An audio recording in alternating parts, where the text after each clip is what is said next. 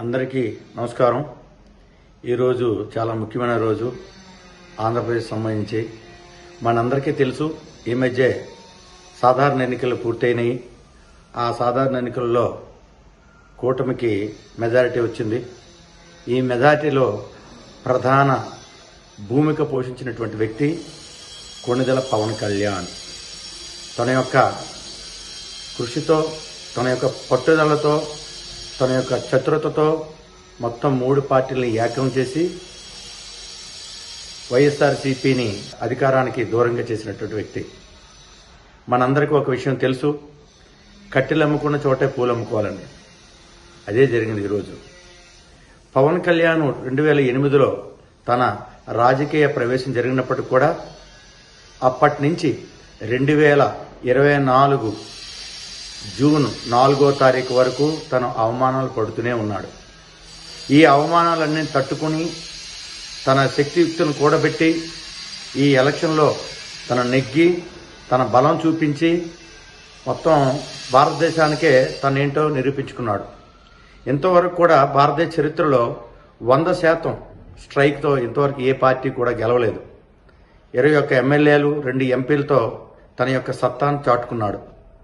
ఈరోజు తన ప్రమాణ స్వీకారం చేసిన సందర్భంలో కూడా తనకున్న కెపాసిటీ, క్యాలిబర్ అండ్ కండక్ట్ ఎలా ఉంటుందో చూపించాడు.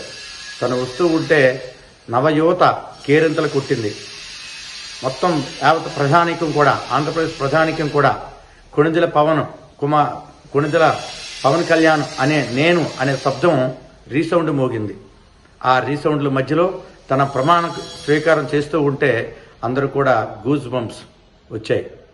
అంతేకాదు తన యొక్క హంబుల్నెస్ని కూడా చాటుకున్నాడు. ఆయన ఎక్కడ కూడా గర్వం చూపించకన్నా తనేంటో, తను ఎలా ఉంటాడో ఇంకోసారి తను నిరూపితమైంది. ఎందుకంటే పవన్ కళ్యాణ్ మోడీ గారి దగ్గరకు వస్తూ ఉంటే మోడీ గారు కూడా తను కూడా కొంత పులకరించిపోయారు. అంటే అఫ్కోర్స్ చంద్రబాబు నాయుడు గారు కూడా అదే ఆనందంతో ఉన్నారు. అంతే రెట్టింపు ఉత్సాహంతో పవన్ కళ్యాణ్ మొత్తం అందరికీ ప్రణామాలు చేస్తూ, నమస్కారాలు పెడుతూ తన యొక్క తండ్రి సమానుడైన చిరంజీవి దగ్గరికి వెళ్ళి పాదాబంధన చేసుకునేటప్పుడు ఆ దృశ్యం చూడముచ్చటగా ఉంది. ఎందుకంటే ఈ క్షణాల గురించి పవన్ కళ్యాణ్ అభిమానులు, తన యొక్క వెలవిషర్స్, కుటుంబ సభ్యులు అందరూ కూడా 1000 కళ్ళతో వేయి చూశారు. అంతేకాదు పవన్ కళ్యాణ్ని మోడీ గారు అడిగారు, ఎక్కడ మీ అన్నయ్య అని. అది కూడా అక్కడ ఉన్నాడు మా అన్నయ్య అని తన దగ్గర తీసుకెళ్లిన తర్వాత ఇద్దరు అన్నదమ్ముల మధ్యలో మోడీ గారు ఆ కట్అవుట్ ఉందో చూశారు. అది ఎప్పుడు కూడా నాకు తెలిసి ఫర్ ఎవర్ అది కట్అవుట్ ఉండిపోతుందేమో అనిపిస్తుంది. అంటే ఒక ఇద్దరి మధ్య అన్నదమ్ముల అనుబంధం, ఇద్దరు అన్నదమ్ములను కలుపుతూ ఒక ప్రధానమంత్రి మధ్యలో ఉండటం, తన యొక్క సంఘీభావాన్ని తెలియజేయటం, ఇవన్నీ చూసినట్టుగా అయితే మనకి చాలా ఆనందంగా ఉంది ఈరోజు.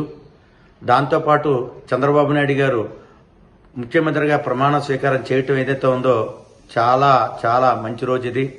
తన యొక్క శపథం చేశారు అసెంబ్లీలో, నేను వస్తే మళ్ళా ముఖ్యమంత్రిగా వస్తాను తప్పించి లేదంటే ఈ కౌరవ సభకు నేను రాను అని ఆ రోజు తన ప్రతినిబూనారు. దానికి అనుగుణంగానే ఈరోజు ముఖ్యమంత్రి అయ్యారు, అసెంబ్లీలో అడుగు పెడుతున్నారు.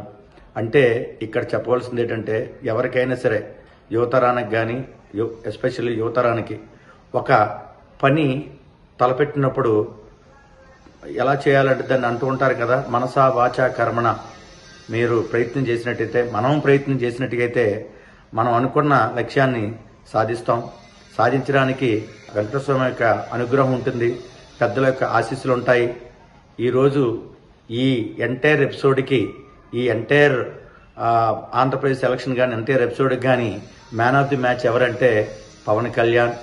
అతను మ్యాన్ ఆఫ్ ది మ్యాచే కాదు, man of the winner, man of number of sixes, number of అంటే వెరీ గుడ్ క్యాచ్ అంటారు కదా, బెస్ట్ క్యాచ్, బెస్ట్ అడ్మినిస్ట్రేటర్ అన్నీ కూడా ఈరోజు పవన్ కళ్యాణ్ గారే.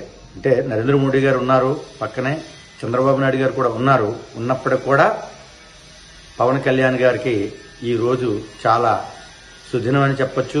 ఆయనకే కాదు, ఆయన అభిమానులకు, ఆయన వెల్లవేసర్స్ కింద చెప్పినట్టుగా అందరికి కూడా ఈరోజు పండగ వాతావరణం, పండగ రోజు. ఇదే ఉత్సాహాన్ని పవన్ కళ్యాణ్ రాష్ట్ర అభివృద్ధికి ఉపయోగించినట్టుగైతే ఇంకా బాగుంటుంది. తన యొక్క రాజకీయ భవిష్యత్తు రాబోయే తరాలకే కాదు, తన యొక్క రాజకీయ భవిష్యత్తు ఇంకొక 25 సంవత్సరాల పాటు ఇలాగే కొనసాగుతుంది. దానికి మనందరం ఆశించి వారికి మద్దతుని తెలియజేద్దాం. నమస్తే.